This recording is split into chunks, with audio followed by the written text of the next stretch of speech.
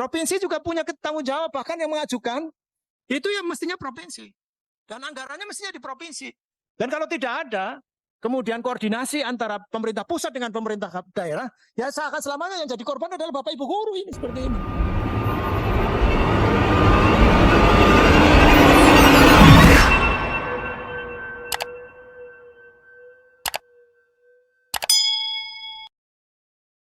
Jadi yang pertama memang bahwa honorer ini memang mau diakhiri tahun 2005 sesungguhnya.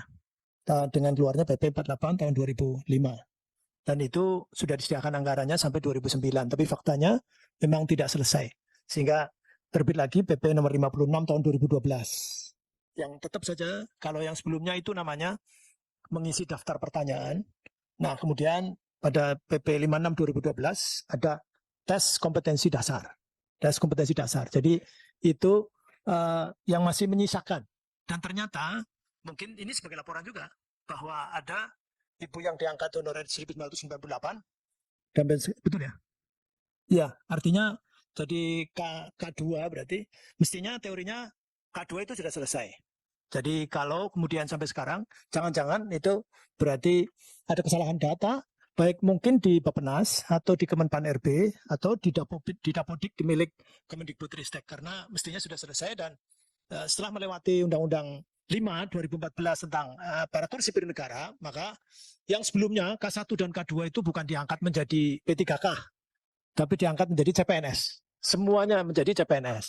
Tapi kemudian terbit Undang-Undang 5 2014 tentang aparatur sipil negara, ada dua jenis, yaitu ASN itu ada PNS dan ada P3K. Itulah kemudian akhirnya terus sampai 2019 masih ada 438.000.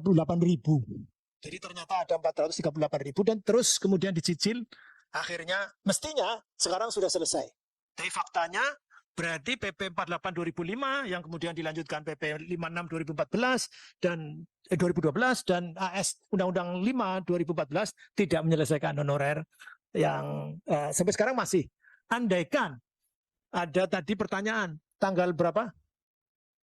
28 November 2023 akan tidak ada lagi honorer, sedangkan tidak ada solusi, maka bisa dipastikan masih ada lagi honorer yang mungkin tidak diangkat dengan SK PN, tidak diangkat oleh kepala daerah, tidak diangkat oleh satuan pendidikan, bahkan oleh. Tetapi faktanya satu sekolahan, ada yang SN-nya cuma satu, kemudian yang lain apa kemudian satu itu mengajar misalnya di SD 6 kelas itu sendirian, kan tidak mungkin.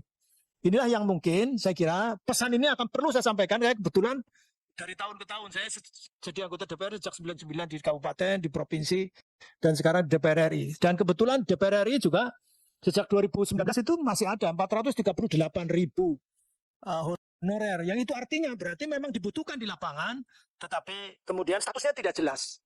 Inilah yang maka saya kira gema 1 juta P3K yang digemakan oleh apa namanya dulu oleh Kemenpan RB, kemudian disaut oleh Kemendikbudristek. Ini mestinya diikuti dengan regulasi yang jelas sehingga tidak seperti ini. Bahkan Bapak Ibu bahkan menuntut Komisi 10 untuk membuka formasi, nggak bisa. Ini artinya penjelasan tentang regulasi itu juga tidak sampai ke bawah. Penjelasan tentang sumber keuangan juga nggak jelas. Di Komisi 10 ini kita bahkan membenturkan karena Kemendikbudristek merasa bahwa yakin uangnya ada, anggarannya ada, dan Kemenkyu juga menjelaskan di sini bahwa semuanya sudah masuk di dalam dana alokasi umum dan sudah di earmarking, sudah dikasih tanda, nggak boleh untuk kepentingan yang lain. Tetapi selama itu namanya DAU, maka bisa saja dipakai untuk kepentingan lain, sementara di daerah nanti ada analisa keuangan daerah. Jadi nggak bisa disalahkan akhirnya.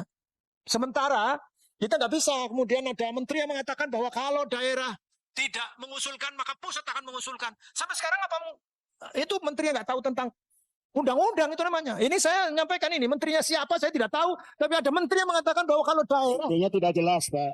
Intinya tidak jelas. Kalau daerah tidak mau mengusulkan, maka pusat akan mengusulkan. Ya nggak mungkin karena itu bertentangan dengan undang-undang. Ini menteri seperti ini kok dipertahankan, ini bagaimana? Ganti menterinya. Nah ini saya kira ini akan mengalami problematika seperti itu dan mekanisme juga saya kira bahwa dari mulai PPDB sampai UN menjadi AN dan sebagainya, itu tidak hanya satu kementerian. Nggak bisa kemudian berdiri sendiri Kementerian Pendidikan Kebudayaan. Nggak bisa apa-apa karena SMA, SMK, pendidikan khusus dan layanan khusus, itu kewenangan provinsi. Sehingga tadi disampaikan, diingatkan sama Pak Gaddafi. Provinsi juga punya tanggung jawab, bahkan yang mengajukan, itu yang mestinya provinsi. Dan anggarannya mestinya di provinsi. Dan kalau tidak ada, kemudian koordinasi antara pemerintah pusat dengan pemerintah daerah, ya seakan selamanya yang jadi korban adalah Bapak Ibu guru ini seperti ini. Ada yang 15 tahun, ada yang 10 tahun dan sebagainya. Dan sekarang baru ketahuan bahwa ada K2 yang masih belum ke bawah. Padahal K2 mestinya sudah jadi PNS. Ini faktanya demikian. Nah, itulah maka saya kira saya tidak akan membaca laporan singkatnya, tetapi Bapak Ibu tidak usah khawatir karena ini nanti akan silakan nanti linknya dibagikan juga tidak apa-apa. Dan SMA SMK itu provinsi, kemudian SMP ke bawah itu kabupaten kota. Jadi saya menyampaikan bahwa pendidikan itu ini juga bukan buat pendidikan, juga buat pejabat semuanya. Bahwa pendidikan itu adalah amanat Undang-Undang Dasar dan menurut Undang-Undang Pemerintah Daerah itu didesentralisasikan secara konkuren. Artinya perguruan tinggi saja yang bisa bebas pemerintah pusat. SMA, SMK dan pendidikan khusus dan layanan khusus di provinsi. SMP ke bawah itu kabupaten kota. Sehingga nggak bisa kemudian kabupaten kota juga lepas tangan. Tetapi ini semuanya ada pusatnya. Pemda itu di bawah Kemendagri karena semuanya itu dikoordinasikan. Bahkan APBN, APBD itu dievaluasi. APBD kabupaten kota dievaluasi oleh pemerintah provinsi. APBD pemerintah provinsi dievaluasi oleh pemerintah pusat. Siapa? BAKD namanya, Dirjen Bina Administrasi Keuangan Daerah di Kementerian Dalam Negeri.